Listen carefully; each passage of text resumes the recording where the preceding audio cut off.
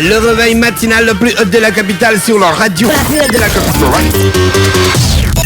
Du lundi au vendredi, de 7h à 10h. De retour dans le studio des 104.5 Urban FM, la station urbaine, on vous l'a annoncé hier et ce matin aussi, on vous le disait.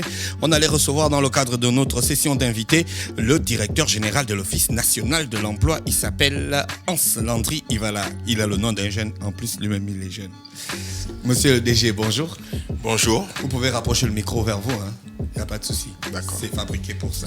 Voilà. Très bien. Merci d'avoir accepté notre invitation. On sait que vous êtes occupé avec ce que vous avez comme mission aujourd'hui.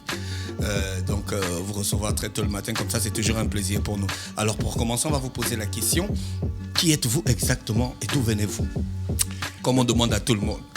Très bien, donc vous avez appris en Angleterre, vous êtes passé par la France et tout ça, ou bien vous êtes un gars comme nous là, vous avez fait l'école des Siban et tout le reste? Non, au fur et à mesure, vous aurez peut-être remarqué que j'ai un accent un peu à consonance de l'Afrique de l'Ouest, parce que j'ai fait 7 années en Côte d'Ivoire, j'étais à l'école militaire préparatoire technique de Bingerville, donc je suis un ancien enfant de troupe. J'ai eu mon bac C avec mention en 1998, après j'ai fait 2 années de classe préparatoire au lycée Lambda, maths sup, maths P. J'ai fait ensuite une école d'ingénieur en France, à Rouen. J'ai eu mon diplôme d'ingénieur et j'ai eu aussi un DSS en administration des entreprises en parallèle. Et j'ai intégré Total Gabon en 2003. Voilà, j'ai intégré Total Gabon en 2003. Une école de militaire, genre comme le Prytanée militaire. Exactement comme le Prytanée militaire. Et ça, c'était pour le secondaire en fait? C'était pour le secondaire, voilà. Donc j'ai passé mon concours en 91 au camp Baraka.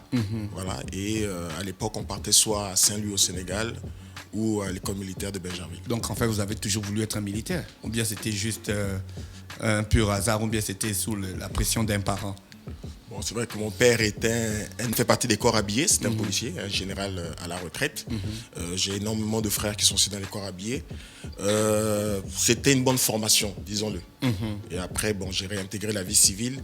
Mais bon, j'ai quand même reçu une formation militaire, donc j'ai une certaine structuration dans mes habitudes, on va dire ça comme ça. D'accord. Comment on part de militaire à administration des entreprises? Disons que j'ai vite réintégré la vie civile après le bac. Et donc ensuite, comme je disais, j'ai fait les prépas, donc je suis rentré dans une école d'ingénieur. Et ensuite, quand j'étais en 3e année, donc en bac plus 5, j'avais l'option de pouvoir aussi faire en parallèle un DSS, ce qui m'intéressait pour avoir un éventail de compétences sur tout ce qui peut concerner la vie des entreprises. Et les DSS, administration des entreprises, m'intéressaient. Donc voilà, je l'ai fait aussi. D'accord. Vous êtes rentré au Gabon il y a combien de temps? Je suis rentré au Gabon en 2003, en février. C'est là où 2003. vous intégrez Total? Total Gabon, oui. C'était plus... Ah oui, c'était Elf d'abord, après c'est passé Total. Donc vous avez bossé à Port-Gentil? J'ai bossé à Port-Gentil jusqu'à encore quelques mois, où le 10 mars 2016, j'ai été nommé en Conseil des ministres directeur général de l'Office national de l'emploi. Avant ça, vous faisiez quoi à Total? Au début, j'ai commencé à Total dans le département technique. J'étais ingénieur automaticien pendant un certain temps. Ensuite, j'ai suspendu mon contrat pendant un certain nombre d'années pour des activités syndicales. Ah, donc quand on fait le syndicat, on suspend le contrat? Non, pas forcément. On a eu 2 parties. On a eu deux périodes. Il y a une période où on faisait les activités syndicales en tant qu'activité extra-professionnelle. Et au fur et à mesure que l'activité devenait de plus en plus dense, il était plus raisonnable de pouvoir nous mettre à 100%. Donc le syndicat, l'ONEP? Oui, à l'Organisation nationale des employés du pétrole. Un syndicat qui a fait bouger le pays. Donc vous êtes un frère d'armes du directeur Arnaud Nganji. Le grand. Oui, on était effectivement dans le même bureau. La même période, dans le même bureau, on est rentré, je crois que c'était le 26 ou le 27 février 2007, dans le bureau national de l'ONEP, et on est partis en même temps, on va dire. Qu'est-ce qui fait qu'on rentre dans un syndicat alors qu'on sait que tout le monde raconte qu'à Port-Gentil, les gars qui travaillent dans le pétrole ont le pognon? Comment on va faire encore le syndicat pour réclamer un peu plus d'argent ou bien des conditions de travail meilleures? Mais justement, c'est cette nébuleuse que nous avons dénoncée, parce que quand on regarde les grandes sociétés, effectivement, il y a quand même des conditions qui sont acceptables, disons ça comme ça, par rapport au reste des secteurs d'activité. Mais il faut savoir que quand on est rentré dans le syndicat, il y avait des personnes dans le secteur pétrolier qui, pendant que d'autres gagnaient par exemple 25 000 francs de primes journalières de chantier, il y a d'autres qui gagnaient 400 francs CFA. Voilà. Or, on était confrontés au même risque dans mêmes sites pétroliers. Et nous, on a dit que ce n'était pas normal. Il y avait des personnes qui avaient 35, 40 000 francs d'aide de logement, lorsqu'on sait que le logement à Port-Gentil, c'est assez élevé, assez difficile de se loger, de bien se loger, alors que le Code du travail dispose dans son article 3 que le travail est une source de valeur. Ces personnes, vraiment, on pouvait se dire qu'ils vivaient une certaine précarité. Sans compter qu'on avait dénoncé, effectivement, dans le secteur pétrolier, effectivement, qu'il y avait des personnes qui restaient même en CDD, en contrat à durée déterminée pendant 17 ans. Donc, il y avait un certain nombre de Est-ce qu'il y a des batailles que vous avez gagnées? Est-ce qu'il y a des choses qui ont été améliorées avec vos mouvements? Parce qu'on sait que vous avez des mouvements forts. Nous avons eu suite à la lutte contre la précarité d'emploi dans le secteur pétrolier, nous avons pu sensibiliser effectivement les plus hautes autorités. Cela a abouti à l'adoption d'une loi, la loi 20, qui a été adoptée le 15 janvier 2008, qui encadre l'activité de mise à disposition du personnel. Pour les régimes de travail, c'est les bureaux qui nous a précédés qui a commencé effectivement ce combat, et nous avons pris le relais, et cela a abouti effectivement à la prise d'un certain nombre d'arrêtés qui encadrent aujourd'hui le régime de travail sur les sites pétroliers. Pendant que des personnes restaient plus de 9 mois, plus de 9 semaines, 10 semaines, et ne se reposaient que 2-3 semaines à la maison, aujourd'hui nous avons un système paritaire, un temps de travail qui est égal à un temps de repos. Donc les personnes font 28 jours sur site et 28 jours à la maison, et ça leur permet d'avoir quand même une stabilité familiale. Il y a des grandes entreprises qui disaient qu'au Gabon, il n'y avait pas la main-d'œuvre qualifiée en matière des métiers du pétrole. Ils étaient donc obligés de faire venir la main-d'œuvre étrangère. Est-ce que vous avez réglé cette question? Bon, disons que... Parce que la question est encore récurrente et nous devons recevoir même le directeur général de la GOC pour en parler. Oui, très bien. Donc, disons que c'est un sujet qui est permanent, en fait, qui est permanent, parce qu'il ne s'agit pas ici de parler de nationalisation des postes. D'accord, c'est valorisation des compétences locales. D'accord. Un poste donné, pour avoir un Gabonais à un instant T qui vient sur un poste, mais qui aspire aussi à continuer sa carrière, qui aspire aussi à partir à l'étranger. Donc, il se peut qu'un poste, à un moment donné, qui est occupé par un Gabonais, s'il n'y a pas un autre Gabonais en face qui peut, à ce moment-là, l'occuper si cette personne part, on aura encore besoin de recourir à une main-d'œuvre étrangère. Mais ce qui est quand même un peu étrange, c'est de dire que quand on regarde la chaîne pétrolière, donc depuis le puits jusqu'à la station de service, nous avons effectivement les activités de forage, nous avons les activités d'exploitation de surface, nous avons les activités de commercialisation, soit dans un bateau qu'on appelle un pétrolier, ou on envoie à une raffinerie, d'accord, nous avons une seule raffinerie qui est la Sogara. Ensuite, nous avons des activités de transport, de stockage de ces produits raffinés et de commercialisation dans les stations de service. Quand on regarde toute cette chaîne, là où il y a énormément de spécialités, disons, c'est notamment dans la partie service pétrolier, du style des sociétés comme Schlumberger, et notamment dans la partie raffinage, parce que c'est quand même des conditions, notamment de pression et de température qui sont énormes, de profondeur. Lorsqu'on fond un puits, ça peut aller jusqu'à, on parle de 10 000 mètres, on parle de 8 000 mètres, donc c'est quand même assez compliqué. Il y a des outils, il y a de la haute technicité. Et quand on regarde dans ces sociétés, il y a énormément de Gabonais qui sont employés, notamment pour Schlumberger. Schlumberger fait partie des rares sociétés qui travaillent, qui a une étroite collaboration avec l'Office national de l'emploi. Schlumberger recrute à Massokou. Voilà. Donc on arrive à trouver des compétences dans des sociétés où il y a une grande spécialité, d'accord, des grandes spécialités, où il y a des métiers de haute technicité. Quand on regarde à Sogara, je crois qu'à Sogara, il doit avoir au maximum 2 ou 3 expats. Le reste, ce sont des Gabonais.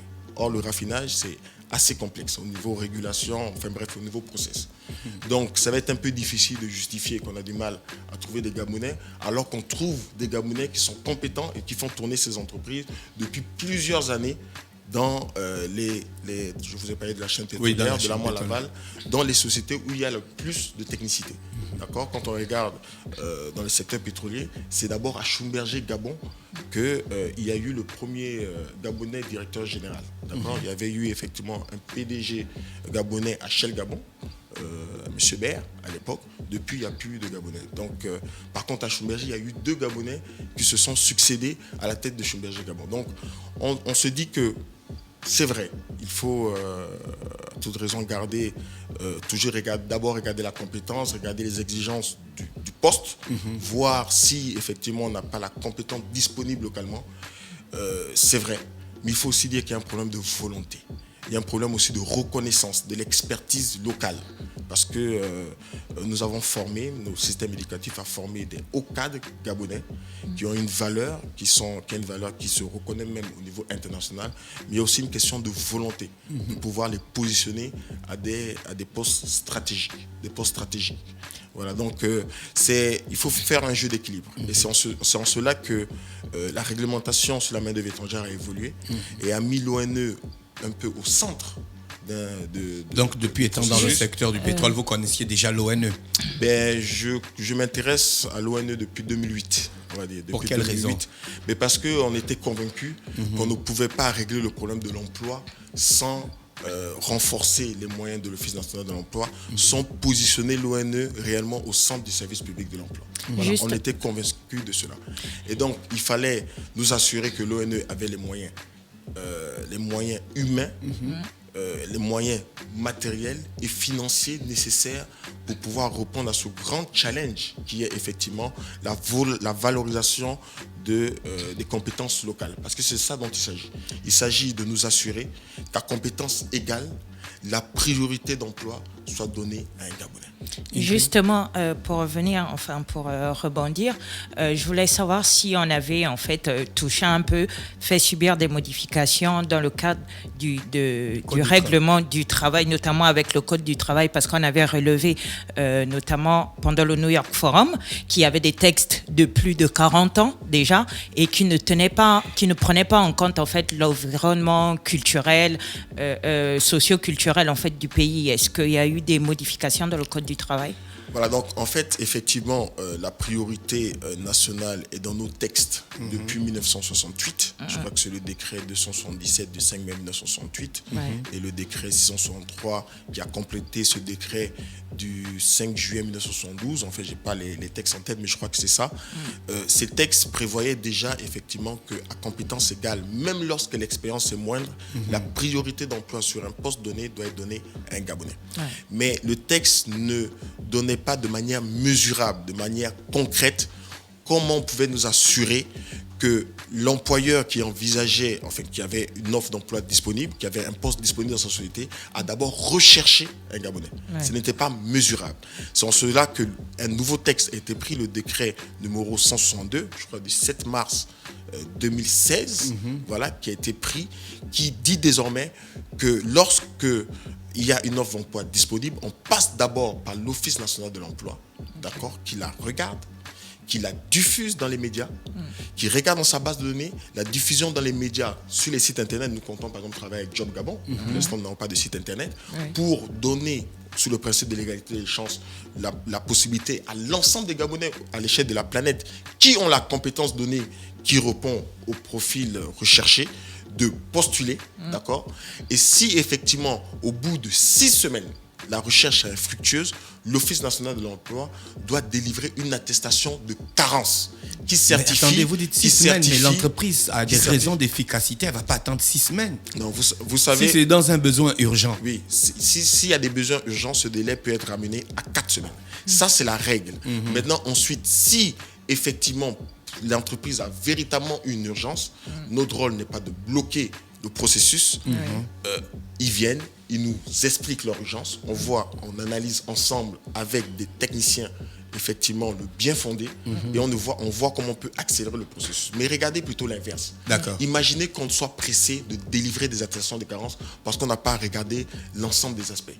Pendant 2 ans, nous donnons la possibilité à un travailleur étranger d'exercer une activité salariée au Gabon. Et nous savons notamment pour les expatriés, ce qui coûte extrêmement cher, parce que ce n'est pas uniquement que le salaire, mais c'est tous les coûts environnés, les billets d'avion, les familles, les enfants dont on paye l'école, ainsi de suite. D'accord? Et pendant ce temps, nous avons le système éducatif qui met sur le marché de l'emploi des Gabonais qui sortent d'école et qui ont peut-être le profil de ce poste parce qu'on allait trop vite et qui doivent attendre 2 ans avant de pouvoir occuper un emploi. C'est quand même important. Moi, personnellement, le directeur général de l'ONE que je suis, j'aurais du mal à être pressé pour délivrer une attestation de carence. Je dois d'abord m'assurer qu'effectivement, quels sont les éléments que vous utilisez pour vous assurer de cela? Vous faites des tournées dans les établissements, dans des autres entreprises, ou bien vous fouillez dans votre base de données, qui est celle des jeunes qui viennent chercher le travail par le biais de l'ONE. Voilà. Et ceux qui ne connaissent pas l'ONE, qui ont peut-être les compétences, et dont vous ne connaissez pas. Comment vous faites? Aujourd'hui, nous avons des soucis structurels. Quelques limites. La base de l'ONE n'est pas en réseau, c'est-à-dire que chaque agence de l'ONE, nous sommes représentés presque dans 5 provinces, a sa propre base de données. Ça veut dire que si vous vous enregistrez à Port-Gentil, vous ne celui voyez de que Libreville ne sait pas ce qu'il il enregistre à Port-Gentil. Exactement. Vous ne voyez que les offres n'ont pas de Port-Gentil. Est-ce que l'emploi est régionalisé? Non. Si vous êtes Gabonais en France, vous êtes Gabonais sorti même de Chine, vous devez être capable, au nom d'égalité des chances, de voir une offre d'emploi disponible au Gabon, parce que vous avez envie de rentrer chez vous pour travailler. C'est votre pays. Et donc, il faut effectivement que nous ayons rapidement un site internet. Pour l'instant, on peut travailler avec des partenaires. Job Gabon, j'ai regardé le site, on a essayé déjà d'établir un contact. Très rapidement, il faudra qu'on le fasse. C'est un site qui est très très bien élaboré. Et nous aussi, nous sommes en train de pouvoir mettre un site et nous espérons que ce site sera mis en service d'ici la fin de l'année 2016. Il y a beaucoup de questions qui se posent déjà dans le monde de l'emploi, parce que par exemple la sempiternelle question ils appellent ça comment? L'inadéquation formation-emploi. Voilà. La question de la recherche de l'emploi chez les jeunes sortis de l'école. La question de l'expérience professionnelle qui est sans cesse demandée par les entreprises. On sait que c'est absurde. Quand on te dit expérience 10 ans ou 15 ans... Comment, toutes ces questions-là, est-ce que depuis que vous êtes arrivé, vous êtes déjà imprégné de cela? Je vais y répondre les unes après les autres. La première question, c'est celle de l'inadéquation formation-emploi. C'est pour ça que je disais que ne parlons pas de gabonisation. Parlons de valorisation de compétences locales. Parlons d'employabilité. D'accord? Je pense que ce sont des termes qui permettent justement de mettre la formation au centre de tout ce processus. Nous avons effectivement le système éducatif qui produit un certain nombre de compétences et souvent ces compétences ne correspondent pas aux exigences du marché du travail. C'est en ce sens que le président de la République, lors des assises sociales, a demandé de faire une approche complémentaire, c'est-à-dire de rapprocher les compétences, les profils des demandeurs d'emploi, disons, avec les exigences du marché du travail via des mécanismes d'apprentissage. C'est ainsi qu'il a favorisé, il a demandé à ce que toutes les entreprises qui ont plus de 50 salariés puissent prendre un certain nombre de jeunes diplômés ou même sans qualification en apprentissage. Parce qu'il y a des choses qu'on apprend à l'école de manière théorique, mais il y a des choses qu'on ne peut apprendre qu'en entreprise. Et nous avons, l'Office national de l'emploi, depuis 2014, conclu un certain nombre de conventions. Mais c'était une période transitoire. C'était une période transitoire. Je crois que M. Ngandji est mieux placé pour vous expliquer parce qu'il était plus ou moins le point focal au niveau de la présidence, quand il était conseiller spécial, chef de département du président de la République. Et aujourd'hui, depuis le 17 février, je crois, 2016, un décret a été pris relatif à la mise en œuvre de cet apprentissage qui oblige désormais toute entreprise de plus de 50 salariés et qui existe au Gabon, qui est implantée au Gabon depuis au moins 3 ans, à prendre 5% de ses effectifs en apprentissage. Il y a 3 niveaux d'apprentissage. Le niveau 1 qui est réservé aux sans qualification, aux diplômés sans expérience professionnelle, mais dont l'apprentissage se fait entièrement en entreprise.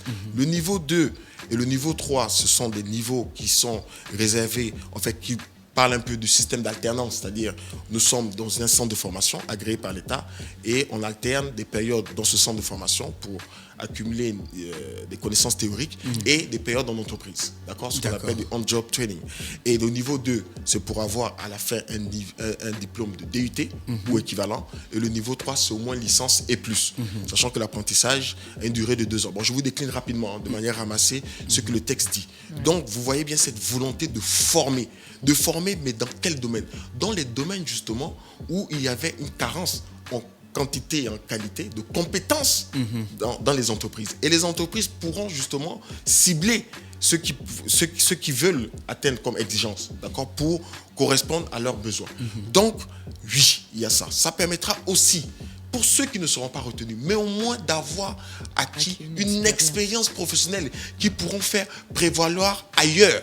Vous voyez bien combien de fois la vision du chef de l'État était pertinente. Est-ce que vous ne vous rendez pas compte que le problème de l'expérience professionnelle peut tuer certaines petites entreprises? Parce que quelqu'un va venir dans une petite entreprise, il va se former. Après, une autre grande entreprise va le prendre et lui, il va perdre une ressource humaine. Nous parlons de formation. Quand on parle de formation, on parle généralement il y a des dépenses. Il y a quand même des dépenses, il y a quand même des charges parce que la formation a un coût. D'accord.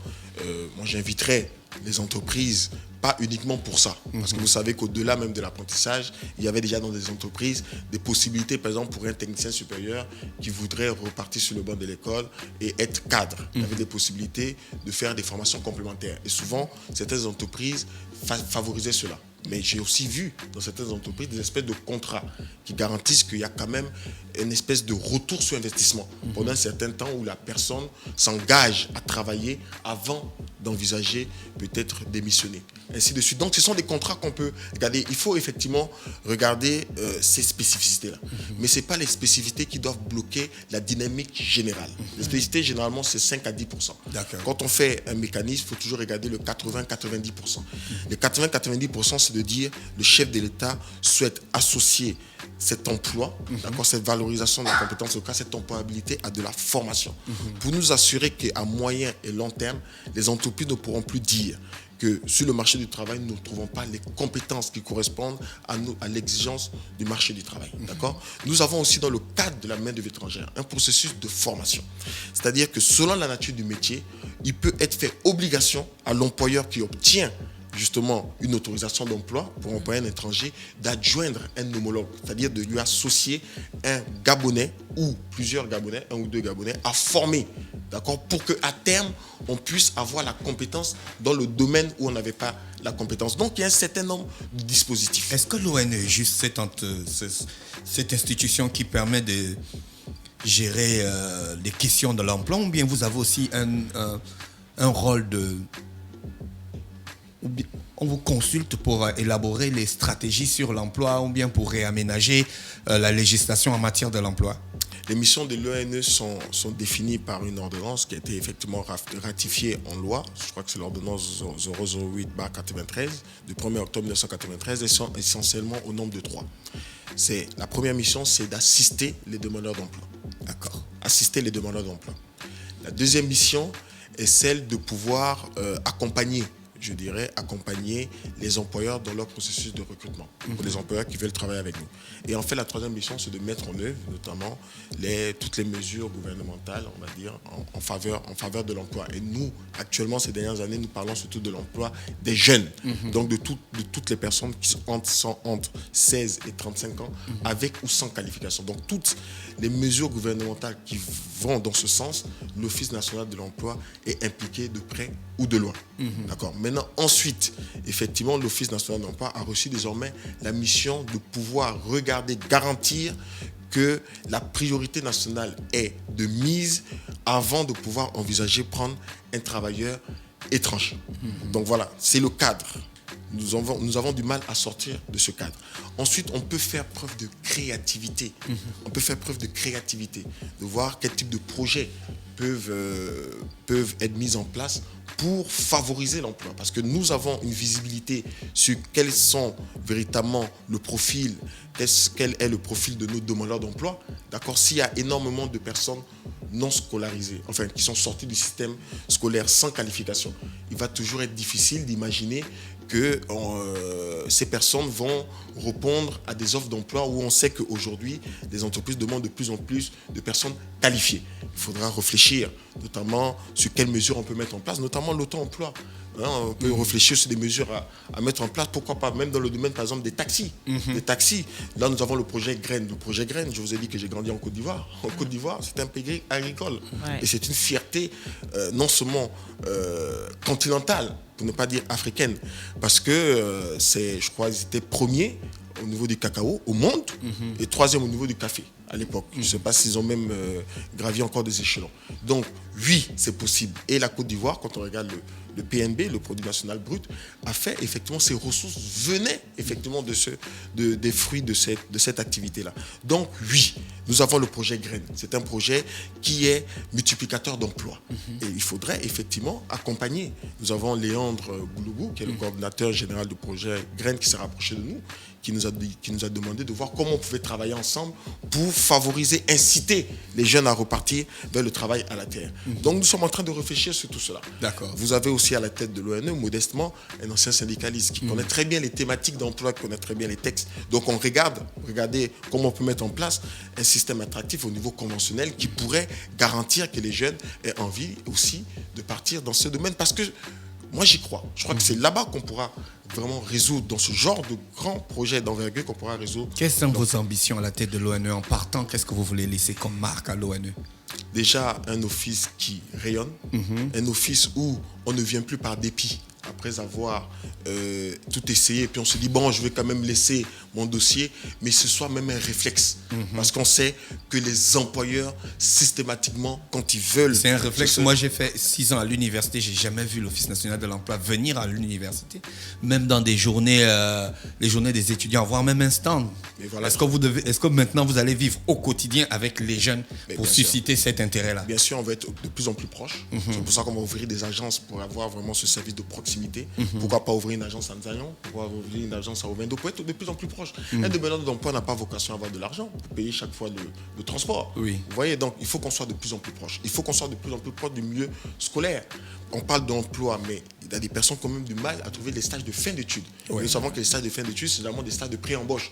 Donc on peut déjà déceler une compétence au niveau des fins d'études. Donc on peut déjà voir comment on peut faire des partenariats avec ces écoles pour faciliter déjà des stages.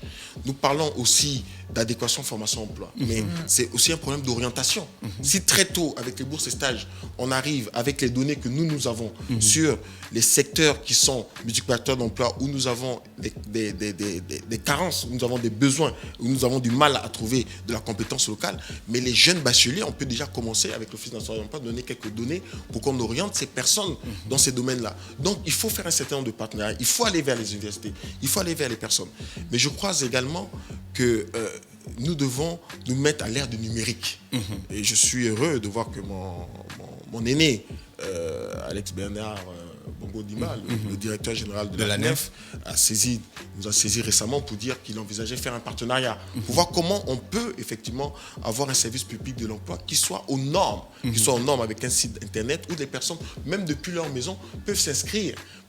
Les employeurs peuvent consulter les offres en ligne, ainsi de suite, avoir la connaissance de la CVTech, d'accord, et se partager. Nous croyons que nous allons mettre en place, lorsque nous allons avoir le site, un forum où les employeurs pourront discuter, échanger leurs différentes expériences. C'est un club RH, et notamment aussi un club d'experts métiers, ouvert qu'à des Gabonais, d'accord, en poste ou à la retraite, pour faire bénéficier à l'ONE effectivement leur expertise technique sur un certain nombre de domaines. Parce que vous savez, les domaines sont variés. L'Office national de l'emploi, nous avons des experts, des professionnels qui connaissent leur métier, mais qui sont dans l'activité, à savoir de coaching, d'accompagnement des demandeurs d'emploi. Mais lorsqu'on parle par exemple des métiers techniques, lorsqu'il y a une offre d'emploi, comment nous assurer que l'offre n'a pas été surqualifiée, qu'on n'est pas en train de mettre des choses qui sont erronées dans l'offre d'emploi, parce qu'il y a des métiers spécifiques. Donc il faut qu'il y ait ces experts métiers, des Gabonais qui viennent effectivement nous accompagner pour justement garantir que nos différentes missions seront faites avec toute objectivité. Merci. Je voulais vous poser une dernière question parce qu'on va bientôt arriver au terme de notre entretien. La question qu'on pose à tous les chefs d'entreprise ici, quels sont les rapports que vous entretenez avec vos collaborateurs?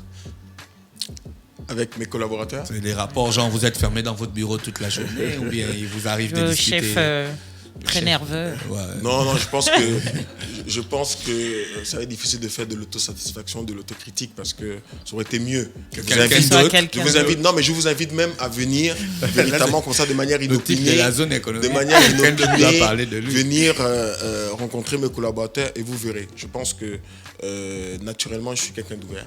D'accord, je suis quelqu'un d'ouvert. Et pour moi, je pense que le respect mutuel, c'est important. Il faut travailler dans un cadre d'épanouissement. Et j'ai vu que les personnes sont très motivées. Je tiens à le dire. J'ai trouvé des personnes compétentes, motivées. D'accord ? Il faudrait effectivement qu'on envisage améliorer aussi les moyens pour améliorer leurs conditions socio-professionnelles. Ouais. Je sors quand même d'un secteur où l'excellence est de mise. Mais quand je regarde le rendu du travail de mes collaborateurs, je trouve qu'effectivement, il y a de la qualité. Il y a de la qualité, ils maîtrisent leur boulot. Et quand je regarde les conditions socio-professionnelles, je pense on doit les améliorer. Et je m'avertirai à être effectivement leur fidèle interprète auprès des plus hautes autorités pour voir comment on peut améliorer la subvention de l'ONE ou les moyens mis à disposition de l'ONE pour aussi améliorer leurs conditions professionnelles. Rappelez-vous que j'ai quand même une fibre de syndicaliste. Et donc les conditions socio-professionnelles des travailleurs... Les syndicalistes, ils ont la réputation d'être des boudeurs, Non, des opposants. Non, bon. Vous savez... Tout ça là, c'est dedans. Vous savez, Arnaud Ngandji... On a vu des syndicalistes qui sont devenus des brûleurs de route ce week-end. Tout à fait. On se pose la question. Vous avez parlé de mon grand frère Arnaud Ngandji. Arnaud Ngandji est aussi une fibre de syndicaliste. Je tiens à le rappeler. Il était quand même conseiller spécial du président de la République pendant un certain temps.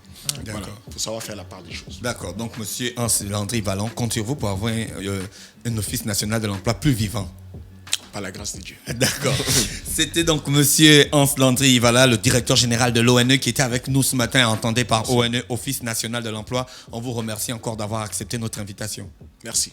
Restez connectés sur les 104.5 Urban FM, la station Urban. On se retrouve juste derrière, après ce petit instant musical. Urban FM 104.5. Urban FM, toujours dans le barrio, proche des éléments. On fait passer les chariots à chaque événement. Général en costard. Urban FM, c'est cool, c'est fun. En fait, jamais une radio n'avait été aussi musicale. Et si on refaisait le hip-hop?